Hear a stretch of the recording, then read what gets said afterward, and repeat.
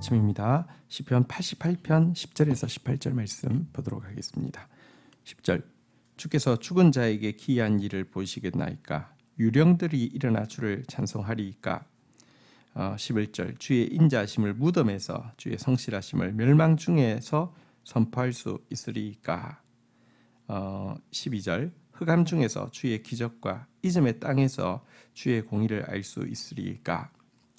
자, 시인은 이제 하나님께 구원을 요청하고 있습니다. 그러면서 이제 연거푸 3번 질문을 통하여서 하나님 지금 구원해 주셔야 됩니다라고 강구하고 있는 내용입니다. 죽은 이후에 기이한 일을 보이시겠습니까?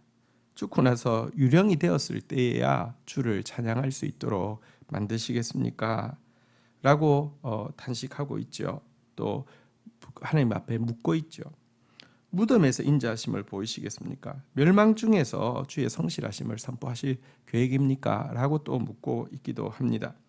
흑암 중에서 주의 기적을 경험하고 이즘의 땅에 들어가서 주의 공의를 알 수 있게 하시겠습니까? 라고 하면서 하나님 지금 내가 살아있을 때에 하나님 당신의 기이한 일을 보여주셔서 당신을 찬양하게 하여 주십시오. 주의 인자하심을, 주의 성실하심을, 주의 기적을, 주의 공의를 알고 선포하게 해주십시오 라고 간구하고 있는 내용입니다. 때때로 우리가 고난 가운데 들어갈 때 고난이 너무 길게 느껴지고, 그래서 지금 시인의 10절부터 12절까지에 나온 질문들이 하나님 응답할 것에 대해서는 믿지만 내가 죽고 나서 응답하실 거죠? 라고 하는 말이 절로 나올 만큼 사실은 고통의 기간에는 그 기간이 너무 길게 느껴지는 것이 현실입니다. 근데 조금 더 객관화시킬 필요가 있습니다. 여러분 사실 이제 뭐랄까요? 똑같은 시간도 고통의 시간에는 너무 더 길게 느껴지고 너무 즐거울 때는 눈 깜짝할 사이에 사라지는 것인데, 그렇지만 객관적으로 보면 이 시간이나 이 시간이 똑같을 때도 있잖아요, 그죠?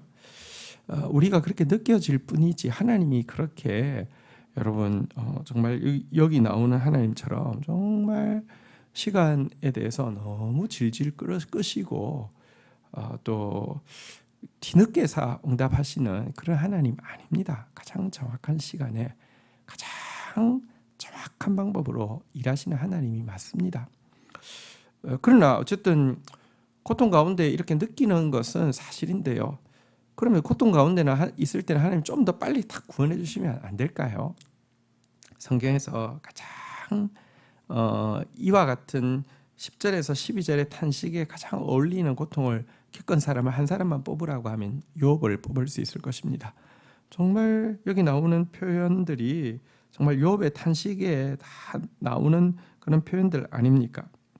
그런데 욥에게 이 길고 길었던 것, 길고 길게 느껴지던 이 고난 가운데 욥이요 변하는 게 하나 있었습니다. 사실 욥기는 쓰여진 시기가 창세기가 쓰여지던 시기와 비슷한 시기에 쓰여진 책입니다. 아직까지 계시가 완전히 이렇게 점점 더 풍성하게 계시가 되지 않았기 때문에 부활에 대한 신앙이 아직 체계화되어 있지 않고 아직 없을 때라고 봐도 무방합니다. 그런데 고난이 길어지고 이 고난 가운데서 정말 여기 표현대로 죽고 나서 이렇게 무덤에서야 라야 하나님 정말 주의 일을 보겠습니까? 이렇게 탄식하다가 그가요 점점 죽음 이전의 세계만 보다가 죽음 이후의 세계를 볼 수 있고 죽음 이후에까지 미치는 부활과 구원에 대한 고백으로 욥의 고난이 성장하고 있음도 보게 됩니다. 욥이 이렇게 표현하고 있습니다. 사실 욥기 19장 26절부터 27절까지 읽을 텐데 가장 아쉬운 번역 중에 하나가인데요. 제가 그래서 그 원래 번역과 그 원래 뜻도 같이 좀 읽어드리겠습니다. 내 가죽이 벗김을 당한 뒤에도 내가 육체 밖에서 하나님을 보리라. 내가 그를 보리니 내 눈으로 그를 보기를 낯선 사람처럼 하지 않을 것이라. 내 마음이 초조하구나. 이 구절인데요. 뭐 그냥 전반적인 내용은 내가 죽고 나서라도 내가 하나님을 볼 것이고 하나님 볼 때 낯선 사람처럼 하는 게 아니라 가장 친밀한 분을 뵙듯이 뵙게 될 것이고 그 날이 기다려진다 뭐 이런 내용입니다. 근데 여기 표현 중에서 내가 육체 밖에서 하나님을 보리라 이렇게 돼 있는데요. 원어는 육체 안에서 보리라 이렇게 돼 있습니다. 무슨 말이냐고 하면 몸과 함께 부활하여서 그분을 뵙게 될 것이다 이런 뜻인데요. 여러분 사실은 고난의 시간이 길어 보이지만 그 시간을 통해서 결국 현세밖에 못 보던 우리가 내세까지도 볼 수 있고요. 하나님의 응답이 내세돼서 딱 이루어진다 이런 뜻이 아니라 하나님에 대해서 보는 우리의 그 시간의 이렇게 그 넓이가 넓어지면 여러분 그만큼 우리도 더 영원한 것을 신뢰할 수 있고 또 영원한 것을 위해서 오늘 씨 뿌릴 수 있고 오늘 구원을 경험해도 그것을 힘삼아서 더 영원한 것을 위해서 나아갈 수 있는 것입니다. 자, 이렇게 단식하고는요 13절 여호와여 오직 내가 주께 부르짖었사오니 아침에 나의 기도가 주의 앞에 이르리이다. 이렇게 세 번이나 하나님 앞에서 호소하는 질문들을 드렸지만 13절에 보는 바대로 시인에게는 믿음이 있습니다. 내가 주님 앞에 부르짖었기 때문에 이 아침에 이 새벽에 내 기도가 주의 앞에 이를 것입니다 라고 믿음의 고백을 하고 있습니다. 여러분 하나님은 이 시인의 이 확신을 부끄럽게 하지 않습니다. 그래서 그의 기도가 아침에 주 앞에 이르렀기에 이 시가 성경이 되어서 오고 오는 사람들에게 또 읽혀지고 동일한 고백을 고백하게 한 것입니다. 주님은 우리 이 아침에 우리의 기도가 주의 앞에 이르게 해 주실 것입니다. 자, 이제 14절부터 보겠습니다. 여호와여 어찌하여 나의 영혼을 버리시며 어찌하여 주의 얼굴을 내게서 숨기시나이까.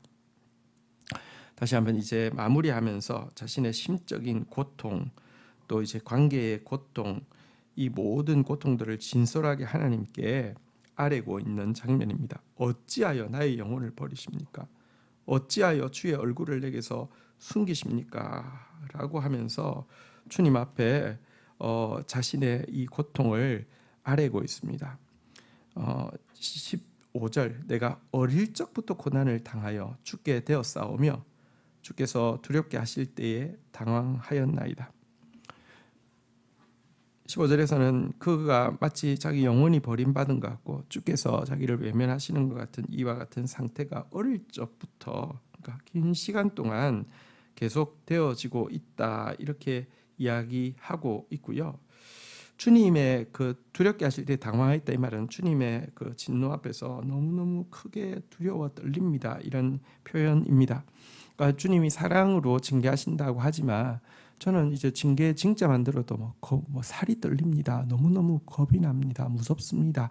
이런 이제 표현을 주님 앞에 아뢰고 있는 것입니다.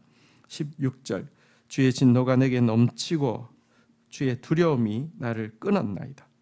그러니까 자기가 지금 느끼는 것은 진노가 지금 넘치는 것 같고 주님의 두려움이 주님이 주시는 이 두려움이 정말 뭐랄까요?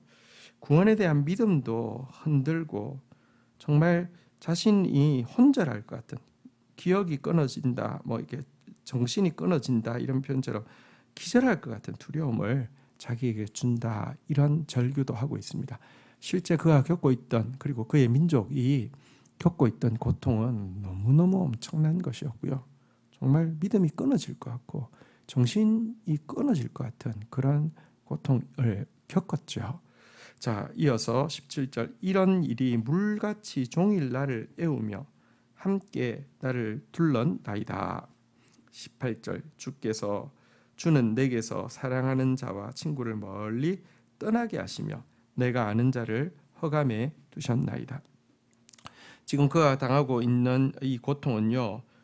익사 직전에 좌우 사방을 다 둘러봐도 물밖에 보이지 않는 것처럼 정말 진짜 자신을 익사시킬 정도로 자기를 둘러싸고 있다, 이렇게 이야기하고 있습니다.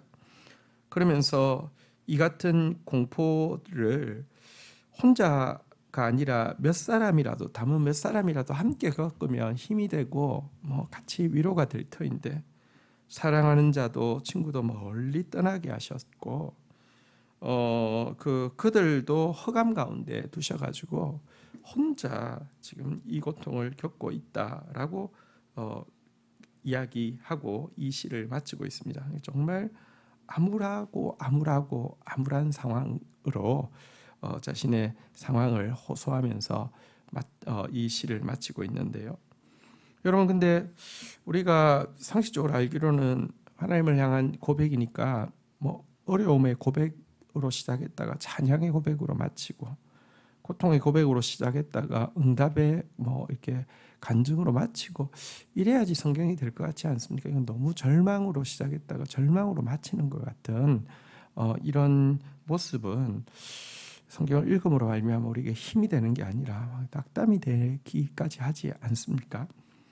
자, 그런데요, 사실은 이 오늘 시편 88편은 예레미야 애가라는 성경에 보면 처음부터 끝까지 절망으로 시작했다가 마치는 것처럼 보이는데, 그것과 정말 비슷한데요. 그런데 이런 것이 어떻게 성경일 수 있느냐, 이렇게 생각할 수 있는데요. 이것이 성경인 이유는 첫 번째는 진실이기 때문에 그렇습니다. 여러분, 성경은 어떤 우리로 하여금 현실을 망각하게 하는 것이 아닙니다. 그건 기만이죠. 현실을 정확하게 보여주기 때문에, 여러분, 범죄한 인간과 이 인간이 함께 사는 이 세상이 얼마나 절망적인지 정확하게 보여주기 때문에 성경은 성경이고요. 그리고 하나님의 구원이 어디에 임하느냐, 바로 이와 같은 절망의 세상 가운데서 이루어질 일이 하나님의 구원입니다.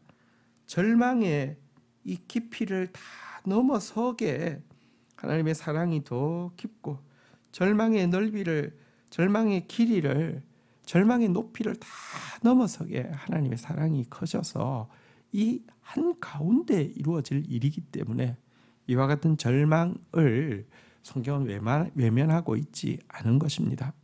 예레미야 애가 절망으로 시작해서 절망으로 끝나는 것 같지만 거꾸로 참된 소망이 생기는 것처럼 이 시 역시 절망적인 고백으로 끝나는 것 같지만, 그러기에 그가 처음 시작하면서 내뱉었던 여호와 내 구원의 하나님이여, 이 고백이 더 빛나는, 이렇게 마치 반지가 있지만 반지 중앙에 박혀 있는 이렇게 보석처럼 이 고백이 더 빛나는 것입니다. 믿음은 현실을 망각하게 하는 것이 아닙니다. 믿음은 현실을 이렇게 덮어놓고 무시하게 하는 것도 아닙니다. 현실 한가운데서 똑같이 겪지만 그것을 넘어서는 그리스도의 사랑의 높이와 깊이와 넓이와 길이를 체험하는 것입니다. 주신 말씀 붙잡고 기도하며 나가도록 하겠습니다.